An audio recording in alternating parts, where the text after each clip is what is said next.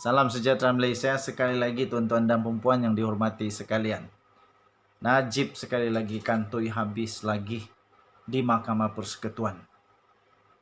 Di Mahkamah Persekutuan sekali lagi Najib tak berdaya untuk mempertahankan dirinya. Peguam-peguamnya pula pun sudah longlai, tak mampu nak kata apa lagi dah.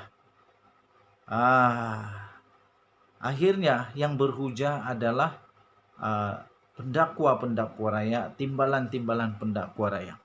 Salah seorang daripada DPT ataupun timbalan pendakwa raya itu berkata, sukar dipercayai. Betul ini saya setuju agaknya. Sukar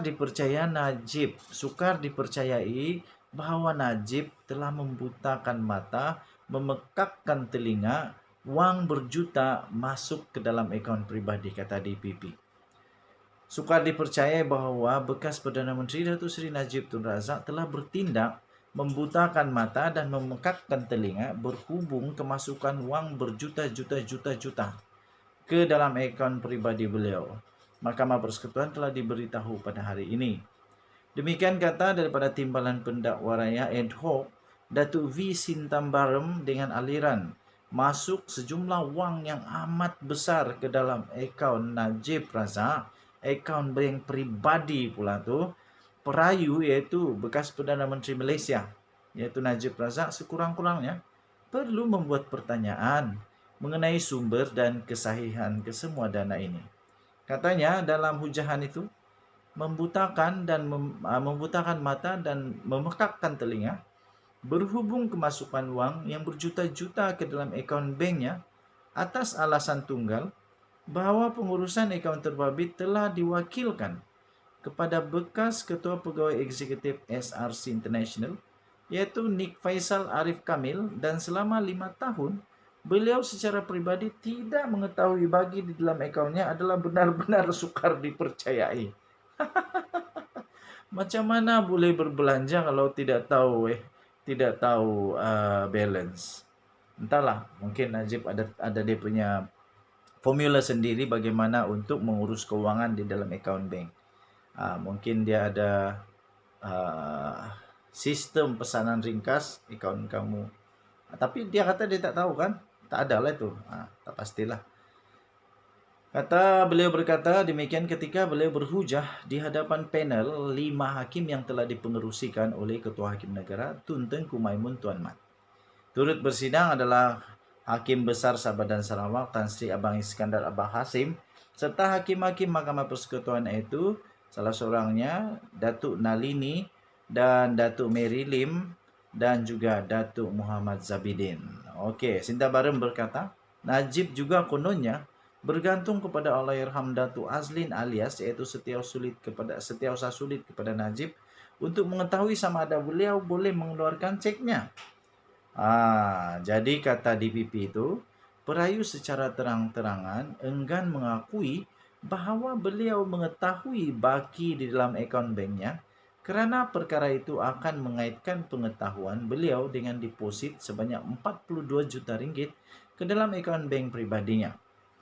Tambahnya lagi, Najib tidak pernah memberi keterangan sama ada beliau pernah bertanyakan ke perkara itu kepada Azlin, Nik Faisal atau ahli perniagaan dalam buruan iaitu Lo Tek Jo atau Jolo mengenai sumber dana tersebut yang telah digunakan untuk berbelanja tanpa banyak soal, katanya.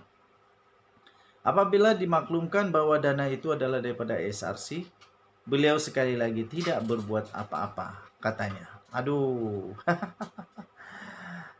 Sintambarem berhujah meskipun sumber dana di dalam akaun Najib menjadi bahan siasatan rasmi oleh pihak berkuasa yang berkaitan, perayu terus kekal pasif dan tidak cuba untuk membuat sebarang laporan polis mengenai dana yang telah didepositkan ke dalam akaun pribadi beliau. Okey, so apabila dimaklumkan bahawa dana itu adalah daripada SRC, beliau sekali lagi tidak berbuat apa-apa. Sintambarem juga berkata, ahli parlimen daripada pekan itu beliau berkeras bahawa wang yang dimasukkan ke dalam akaun pribadinya adalah sumbangan daripada kerabat diraja Arab Saudi. Kerabat diraja Arab Saudi. Pada perbicaraan yang dulu di Mahkamah Rayuan punya hakim 3 orang sebulat suara berkata, alasan yaitu derma itu daripada Arab Saudi, Raja Arab Saudi, tidak dapat dipertahankan. Tidak dapat dipertahankan. Jadi kemudian itu dongeng.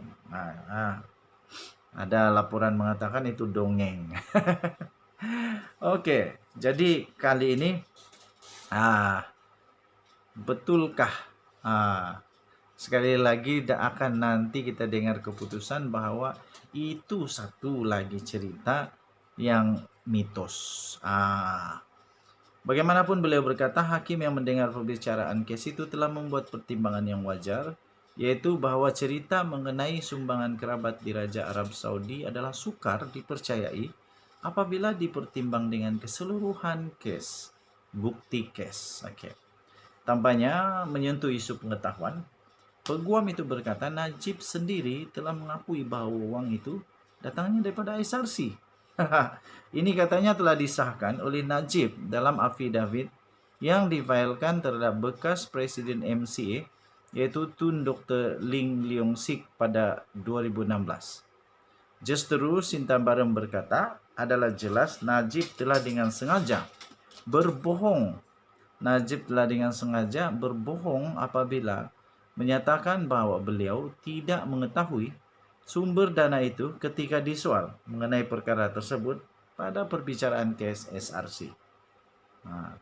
Dilaporkan oleh media sosial ataupun media arus perdana, akhbar-akhbar online di Malaysia kini kalau saya tidak silap, dilaporkan Najib menyebut tidak tahu berpuluh kali. Tidak tahu di mahkamah.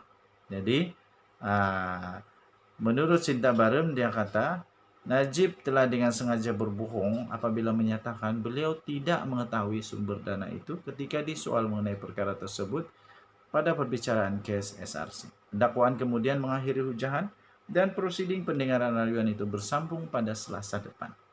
Selasa depan kita akan tahu keputusan.